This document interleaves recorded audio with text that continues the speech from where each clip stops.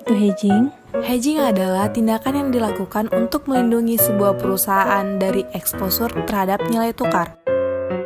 Eksposur terhadap fluktuasi nilai tukar adalah sejauh mana sebuah perusahaan dapat dipengaruhi oleh fluktuasi nilai tukar. Hedging terbagi menjadi dua jenis. Yang pertama, selling hedge.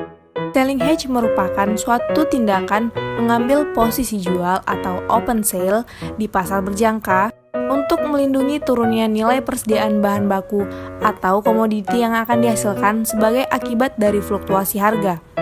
Sehingga, kemungkinan rugi akibat turunnya harga di pasar fisik dapat dikompensasi dengan keuntungan yang diperoleh dari pasar berjangka atau future. Selling hedge umumnya dilakukan oleh para petani, produsen, atau para pengusaha di bidang perdagangan komoditi. Jenis hedging yang kedua adalah buying hedge.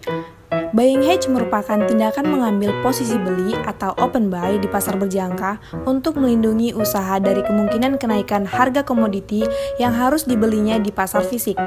Jadi, kemungkinan rugi akibat naiknya harga di pasar fisik dapat diimbangi dengan keuntungan yang diperoleh di pasar berjangka atau futures. Selanjutnya, kita akan membahas mengenai teknik hedging. Teknik hedging dibagi menjadi dua kurun waktu. Yang pertama, hedging dalam jangka pendek. Hedging dalam jangka pendek terbagi menjadi 4. Yang pertama, hedging menggunakan kontrak future. Yang kedua, hedging menggunakan forward. Yang ketiga, hedging menggunakan instrumen pasar uang. Dan yang keempat, hedging menggunakan opsi valuta. Selanjutnya, hedging jangka panjang. Hedging jangka panjang terbagi menjadi 3. Yang pertama, long forward. Yang kedua, currency swap. Dan yang ketiga, parallel loan. Selanjutnya adalah manfaat hedging. Adapun manfaat dari melakukan hedging antara lain, hedging merupakan sarana mengurangi atau menghilangkan risiko kerugian yang terjadi dari fluktuasi harga. Yang kedua, hedging memberikan kepastian berusaha serta pengendalian persediaan bahan baku dan komoditi, misalnya dalam bidang pertanian. Yang ketiga, hedging memberikan penyediaan dana yang lebih besar serta lebih aman. Dan pada umumnya, komoditi yang tidak di-hedging akan mendapat pinjaman dana atau kredit dari bank sebesar 50% dari nilai komoditi tersebut. Sedangkan untuk komoditi yang telah di-hedge akan mendapat pinjaman dana sebesar 90% dari nilai komoditi yang bersangkutan. Hedging atau lindung nilai bisa digunakan dengan berbagai cara di pasar keuangan manapun, baik itu pasar saham, pasar komoditas berjangka, maupun pasar forex. Satu contoh klasik adalah strategi hedging saham, di mana seorang pelaku pasar bertransaksi dua saham perusahaan.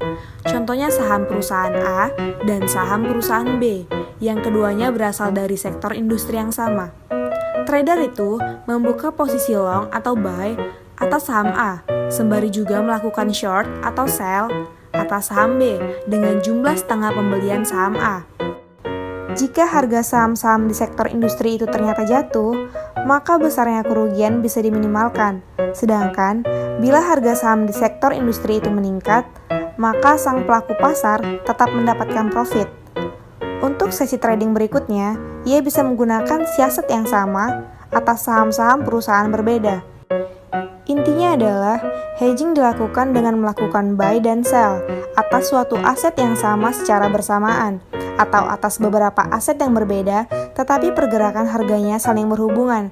Seperti dalam contoh saham tadi, meski berasal dari dua perusahaan yang berbeda, tetapi basis sektor industri yang sama. Saham-saham dari sektor yang sama biasanya mengalami kenaikan dan penurunan secara serempak dan kompak, sama-sama naik atau sama-sama turun.